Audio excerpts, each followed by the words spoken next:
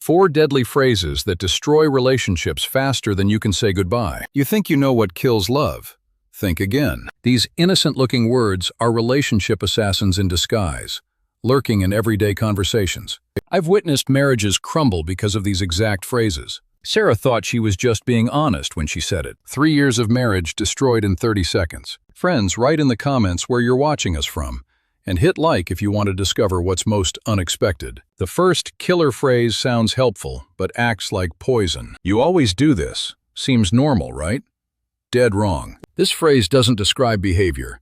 It assassinates character completely. When you say always, you're telling someone they're fundamentally broken. Michael heard this phrase every week for 2 years. Eventually, he started believing he was the problem. The relationship died because Sarah attacked his identity, not his actions. Second toxic phrase disguises itself as vulnerability, but delivers destruction.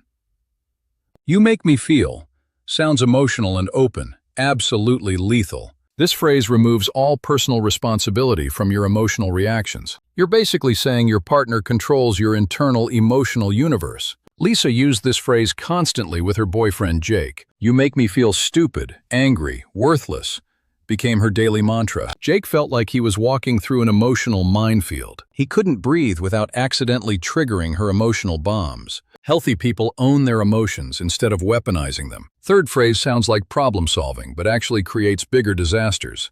We need to talk. The relationship death sentence disguised. These 4 words trigger immediate panic in most people's nervous systems. It announces punishment, not communication or genuine connection attempts. Rebecca used this phrase like a weapon every single week. Her husband started having anxiety attacks hearing those words, because we need to talk really meant you're in trouble. Healthy couples say, I'd like to discuss something, or can we chat? The final phrase seems like honesty, but destroys trust forever. I'm just being honest.